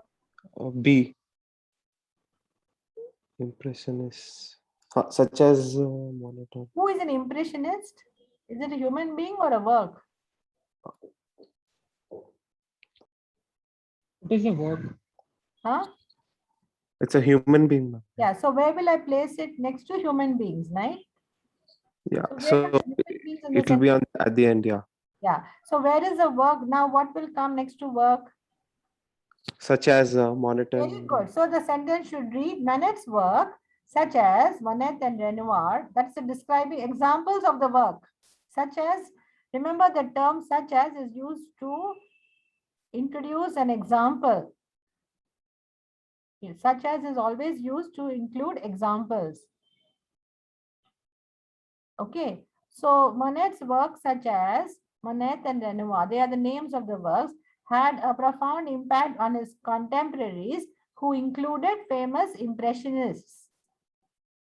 So you see how we have to place the phrases exactly next to the nouns they are supposed to be describing. If we place them differently or further away, then they create an error, and that error on the GMAT is called misplaced modifier. So that's a very major error on the GMAT. It's called misplaced modifier, where the phrase is not placed correctly next to the noun. It is to modify. So that is the error. Let's try the next one now. Los Angeles freeways are clogged almost 24 hours a day. You have option A and B. Where would you place these phrases?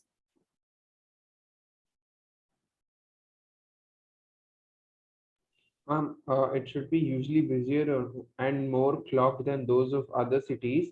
Los Angeles freeways are clogged almost 24 hours a day, contributing to the city's pollution problem. Okay, that's excellent. Who's that? Me, Mam Bhargav. Okay, Bhargav, that's well done because that's how that is way it makes sense. See, you can start the sentence with usually busier and more clogged than those of other cities, comma. Los Angeles freeways are clogged almost 24 hours a day, contributing to the city's pollution problem. Well done. So we can. Ma'am, so I have a doubt. So in the GMAT exam, how will we write it? Because I believe complete GMAT exam will be only MCQs and except for the writing part. Oh, yeah. See, by the way, this is a warm-up class. This is not the way GMAT, we are not Oh, dealing okay. perfect GMAT questions. We are only warming up to the grammar section of the GMAT. So today I'm not really teaching you GMAT. I'm only telling you how errors appear on the GMAT. So this is like a practice class. Okay. You're right. The questions don't come like this. You don't have to write anything on the GMAT. You just simply have to pick the correct option. We are just trying to show you how the errors are and how to identify them and how to get prepared for the class. So the real class will start later. Now we are dealing with the grammar. Okay, guys? Yes, ma'am. So more like a grammar class today. Is it clear, all of you? Yes, ma'am. Right, let's do the next one now. And then let's move on to the other part. In the Fischer-Tropsch process, coal is converted into a liquid fuel.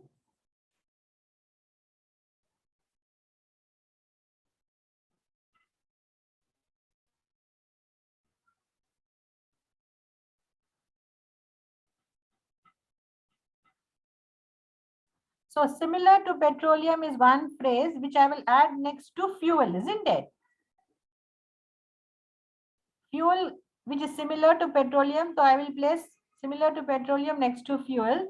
Where will I place option B?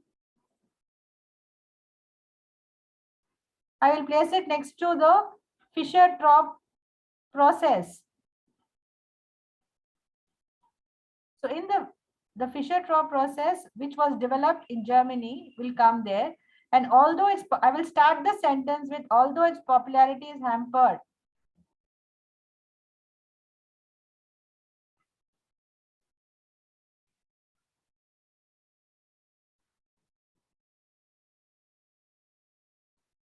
Where will I place option C? Ma'am, can we do it in this way? First, we'll after Fischer-Tropsch, we'll add B option. Then we'll continue with the full phrase. Coal is converted into liquid fuel. Then, although which, then we'll add option C at the end. So you want to say in the Fischer-Tropsch process, which was developed by Germany, in Germany, coal is converted to liquid fuel, similar to petroleum. Then you want to finally say although its popularity is hampered, is it? Yeah. Yes, ma'am. Then what is this although its popularity referring to? It is referring to the Fischer-Tropsch process. So it's very far away from the Fischer-Tropsch, no? You have to place it closer to it.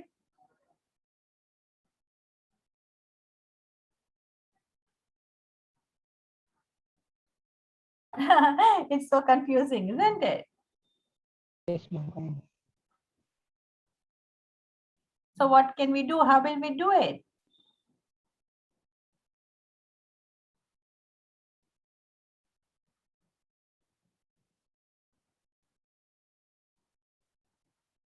So we can start off by saying, although its popularity is hampered by high capital costs, high operation and maintenance costs,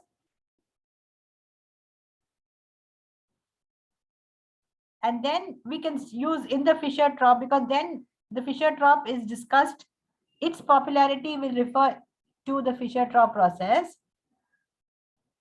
and which is developed is talking about the Fischer-Tropsch process. So we should put the Fischer-Tropsch process in between, although its popularity.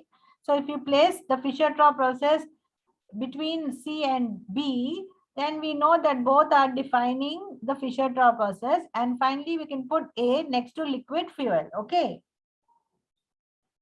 So the moral of the story is to put the modifying phrases next to the subjects they are modifying, which is what Gmat is also all about. So we are only testing how to do it here. It's only a gainful exercise. However, we are not going to be asked to place modifiers and phrases in the real test. This is just an exercise to help us understand how phrases and clauses should come next to the subjects they modify. So as I said, we have circulated a handout with you. You can see this is this handout has got 8 parts of speech, and then it has got verbs, verb tenses, and it has also talked about nouns, pronouns and antecedents and so on. So I would like you to go through this handout in detail and then, get familiar with the issues that are discussed on the Gmat. If you know these parts of speech in the right model, the way that we want you to, this grammar handout will be very, very useful for doing sentence correction. Okay, for example, when you do parts of speech, you will understand, look at verbs. Let me deal with verbs. So if you look at verbs, if you go to a proper grammar book, you will see at least 40 to 60 pages devoted to just teaching of verbs. But you don't have to know so much about verbs. These are the main issues that are discussed or consulted in the book. So we need to be clear about these things. For example, let's read. The verb is the most important part of the sentence, and it is asserts something about the subject and expresses actions. So if you look at these sentences, in early October, Giselle will plant 20 tulip bulbs. So when you look at will plant, you will know that this is about an action that is going to happen in the future. And I was afraid. So this is something about the past, was afraid. And but the person I feared is again past. So, and thankfully to the verb was, we know the subject is in the past. So what you can do is go through these handouts carefully and then study the tense. So, but before I do that, I'll just share uh, one information which I think you should know. For example, verbs. Please note, verbs can be broadly classified into the be, have, and do verbs, which are also called the principal verbs.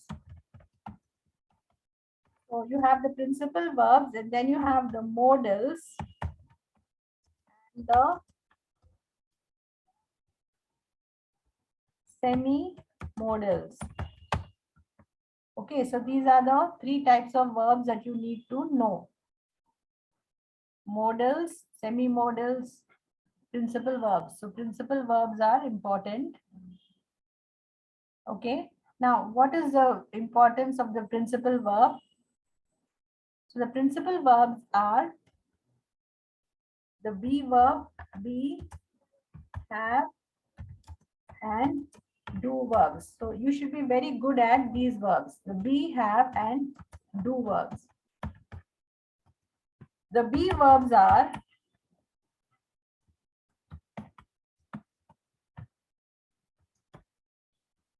is, am, was, were, and are. Okay, is, am, was, were, and are. These are your be verbs. Now, these are the most important verbs. Why do I call them most important verbs in English language? Because these verbs can stand on their own and make complete sense. They are very strong words. They don't have any problem in taking the burden of the sentence on their shoulders.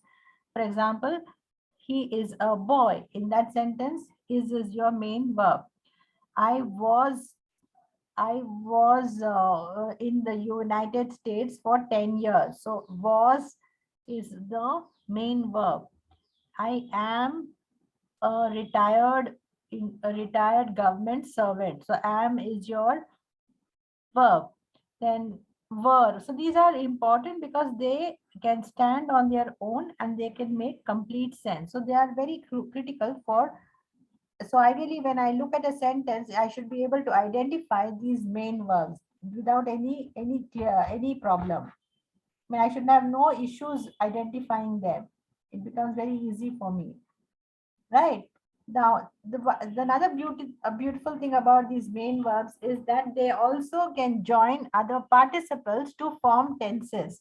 So, the principal verbs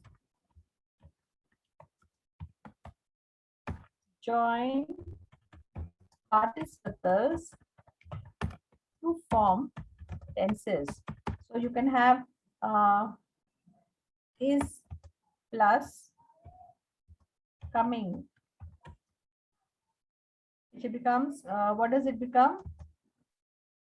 Present continuous tense. Is coming, is coming. Then you have was plus coming, which will become past continuous tense.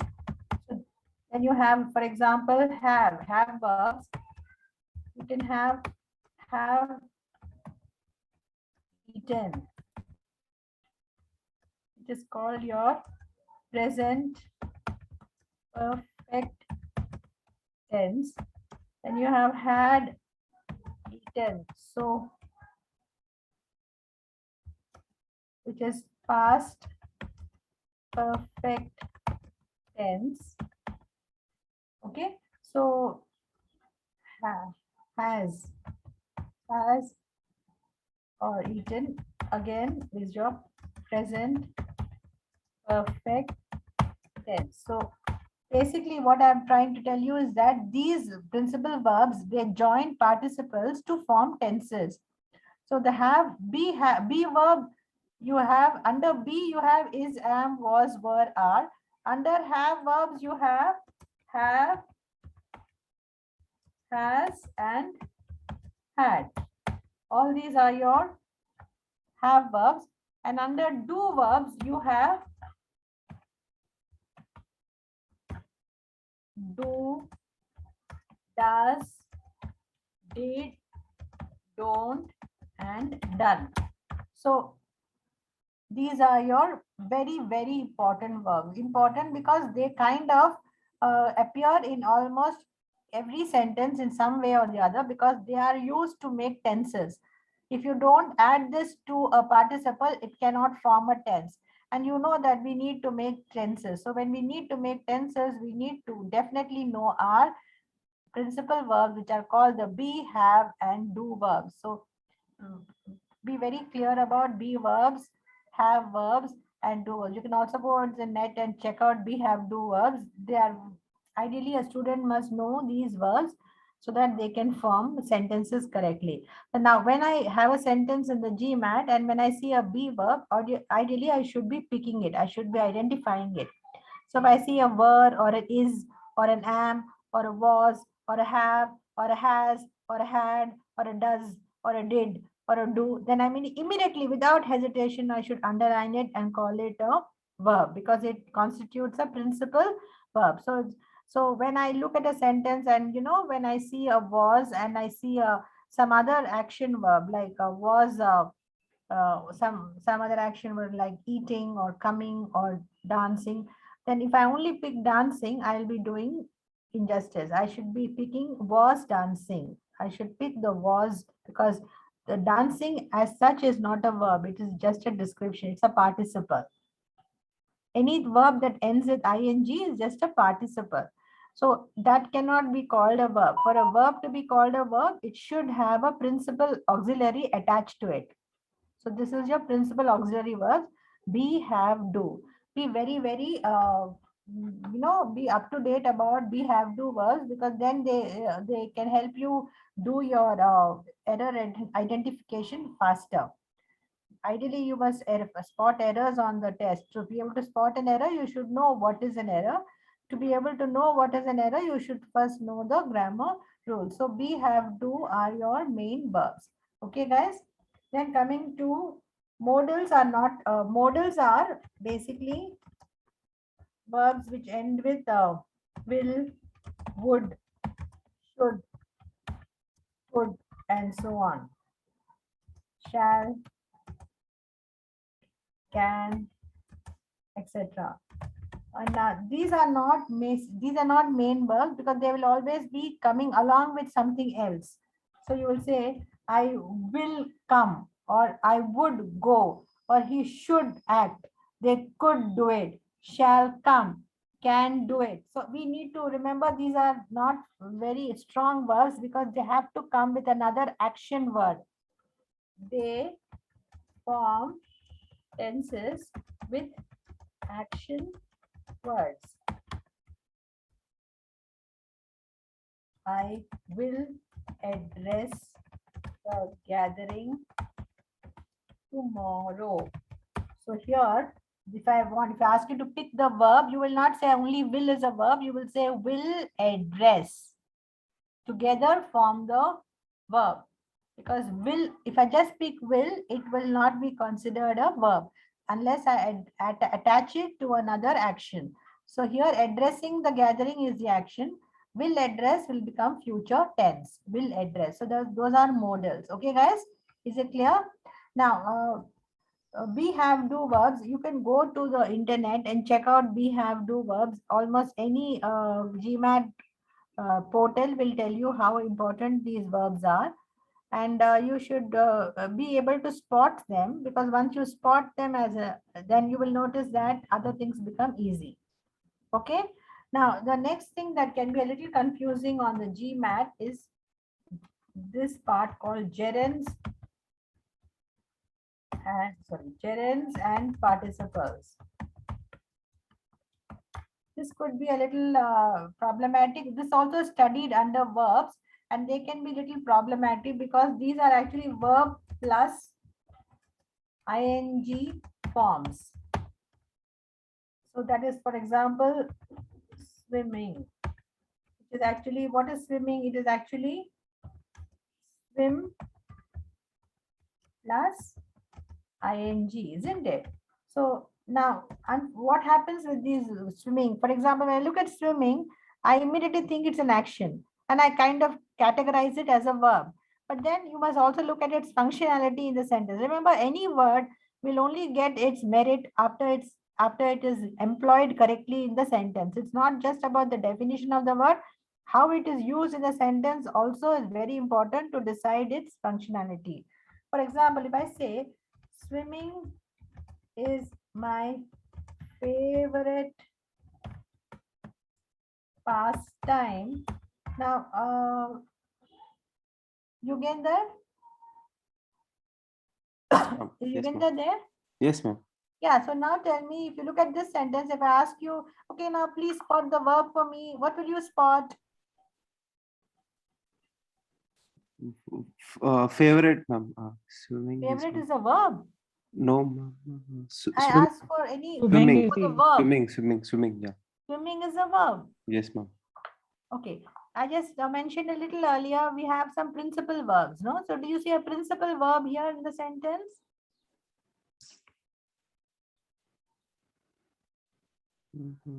Ma'am, I'm actually a bit confused with this verbs and stuff. So Yeah, so let's go back to what I said about what are verbs. And I said we have be, have, and do verbs. They can be classified into be, have, do, I mean which is two called verbs. Yeah. principal verbs, isn't it? Yeah. We have modals and semi-modals. Yeah. And then I said that be, have, do verbs are verbs like is, be verbs are like is, am, was, were, and are. And I said they are very important verbs because they help us to form tenses, Yes, ma'am. right? And Yes. also the beauty of the verb is that they can stand and take the burden of the entire sentence on its shoulder. Didn't I say that? Yes, ma'am. Yeah, great. So now in this sentence, do I see a principal verb? We have...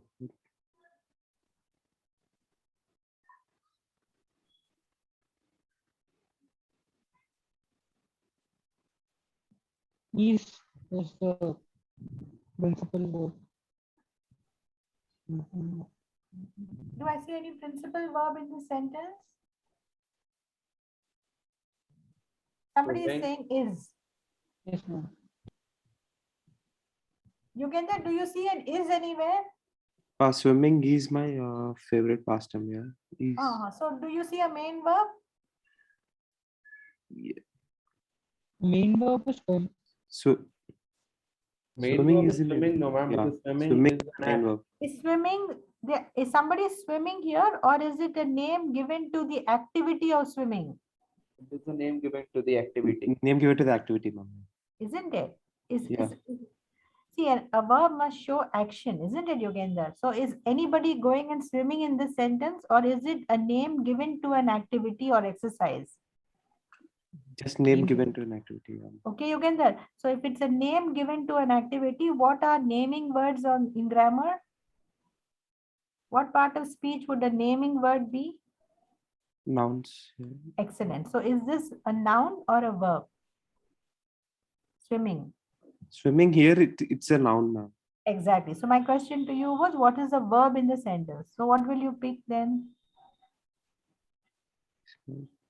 Pastime is my Pastime is a verb? no, ma'am. I'm very much confused with this word. No, man, just look at, read it 2-3 times aloud. You'll get it. Read the Is sentence swim aloud. is ma'am. Swimming is Read it 2-3 times. yeah. Read with your Swimming mind. is my Because as favorite. you read, you get familiar. Swimming Swimming is is my favorite pastime. pastime.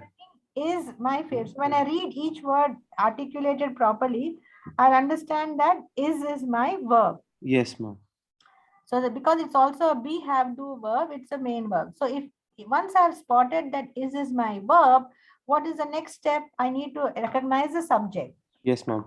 So anything that comes before the verb is ideally my subject. Yes, yes. So swimming is my subject. Yes, Now ma'am. remember, subjects are usually nouns.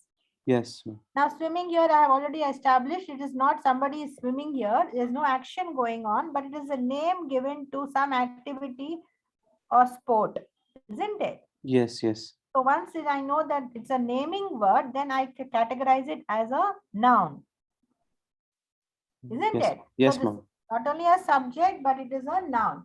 So swimming, while it looks like a verb, but behaves or functions as what? As a noun, isn't it? Yes, ma'am. Hence, this word in this sentence is called a gerund. This is a gerund. Okay, yeah. Yes. Okay, guys, gerunds and participles. It's a verb plus ing. Here, it may look like it's an action. एकदम मन में लगता है यहाँ swimming means action. But we should think a little more. हाँ, action, लेकिन यहाँ कोई action नहीं हो रहा है. Yeah, there is a name given to that action, to that activity. So any name giving word is a noun. So here we see that the action word is behaving like a noun. Whenever an action word which ends in ing behaves like a noun, we call it a gerund. Is it clear, guys? Yes, ma'am. Yes, Yeah, ma'am. now I got it. Okay, let's take another example. He is swimming for our country in the Tokyo Olympics. Now in this sentence, what is the verb here now, Yogender or anybody else, Abhinay or Bhargav, anybody can tell me? What is the verb in this sentence? Swimming for our country. Swimming is the verb. Swimming. Yeah, Is swimming. Yeah, Is remember, swimming. don't miss out the is. Yeah, So swimming. yeah, Swim. is swimming becomes your main Verb. verb. Yes or Verb, no? yeah. Yes, ma'am. Yes. And subject is E. Subject is he. Very Subject is good. he. Now, is swimming is therefore a, here the verb swimming is looking like a verb and also behaving as like a verb. Yes or Yes, no? yes, ma'am. Right, excellent. Hence, here it is a participle. देखा, वही swimming यहाँ gerund था और यहाँ it has become a participle. How interesting is that? Do you see that? Yeah, ma'am. So here it is the action. Then Here, what? very good, Yeah. very good. So, verb plus INGs cause lot of headache to students on the GMAT because you know एक जगह पे gerund जैसा रहता है, एक जगह पे participle जैसा रहता है. We don't know what to do with them, but we must be very clear with our rules. If we think it's a gerund, it should be a name. It should be functioning as a name, a naming word. And if it is a participle, it should be actually doing the action. So in this sentence, he is actually performing. He is swimming. Bole to he is acting. He is doing an action. Ma'am, at the start, you have mentioned that verb acting. Yes. So it is adjective. Behaves like an adjective is a participle, right? Yeah, so we'll come into the third rule. This is the second rule we are studying. I'm going by rules, okay? Okay. So rule 1, we have learned the gerund. Rule 2, we have learned the participle where it is looking like a verb and also behaving like a verb. It is a participle. Okay. Okay, Now ma'am. we'll take another one.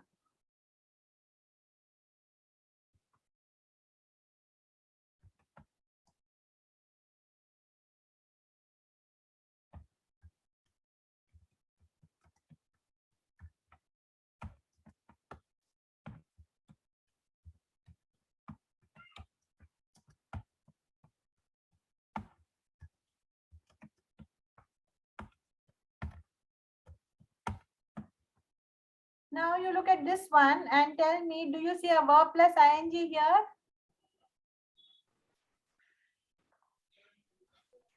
Do you see any verb plus ing?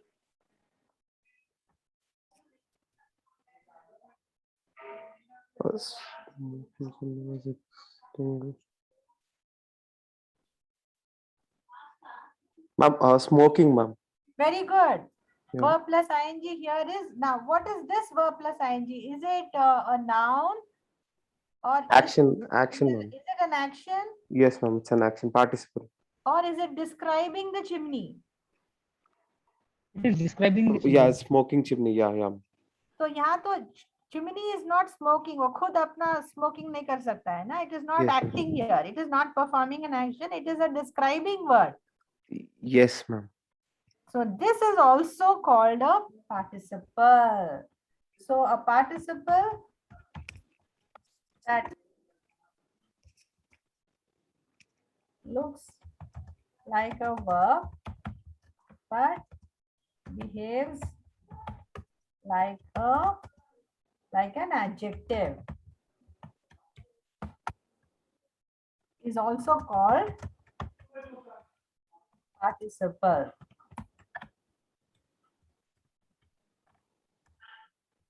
Okay, is it clear, boys? So when you see a Yes, verb ma'am. plus ing on the in the sentence, you need to check what is its functionality. If you want to treat it as a gerund, then you should remember it must act like a noun. If you were to consider it as a participle, then it can either be a verb participle or an adjective. How do I know whether it is working as a verb or as a participle adjective? Well, the rule is very simple. If I want to call it a verb participle, then ideally it will come immediately after a principal verb. What are my principal verbs? Is, am, was, were, are. Have, has, had. Do, does, did, don't, done. So if it comes along with those verbs which are called my principal auxiliaries or principal verbs, then I will call them verb participles. If I find that they are placed before a noun, then they are called adjectives. But they are still participles. Okay? Yes, ma'am. So, a burning house or a flying bird. So it's Yeah, very good. All these are your, what did you say now? those are adjectives, ma'am. So that Yeah, the flying birds, yeah, yeah. the blooming flowers, Yes, ma'am. the running stream, the leaking taps. You understand? All these will be your participles functioning as adjectives.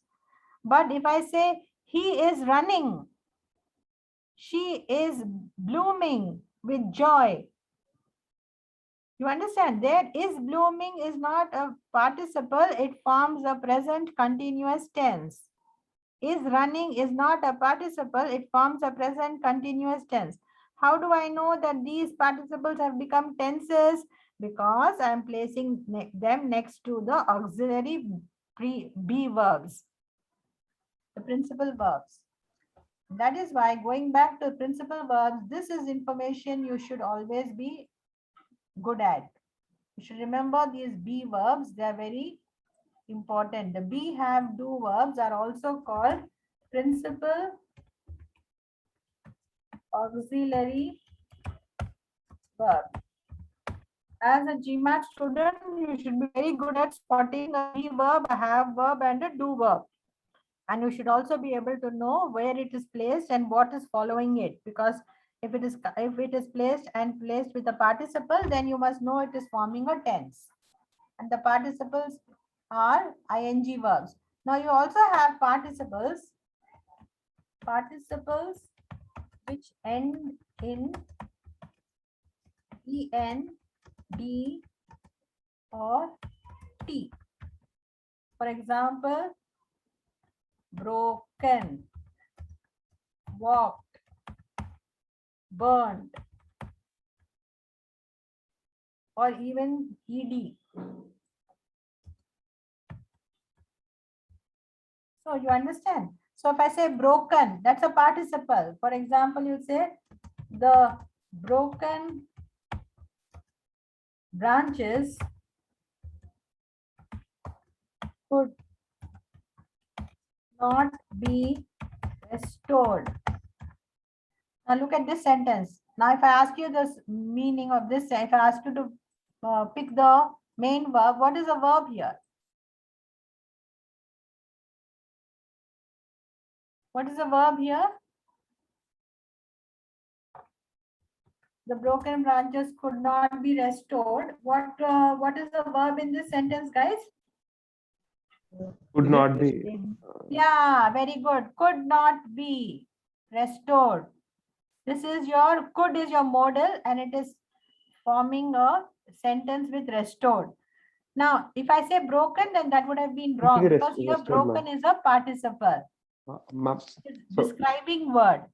So it is not to be treated as a verb. It is a describing word and therefore it is a participle. Yes, you were asking something? Ma'am, what will be the restored, ma'am? So restored is part of your verb because it's coming with could.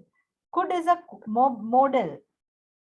Can, could, shall, should, will, would. All these are your modals and they form tenses or they help to form verbs when they are added to some other action word. So restoring is an act. Restoring is about recreating or rebuilding or returning to normal. So if I say restored is my verb, then could is a modal helping to form the tense. Could not be restored. So could restored is ideally your verb.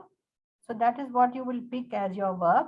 But earlier you may have picked broken as your verb because you think that broken means an action.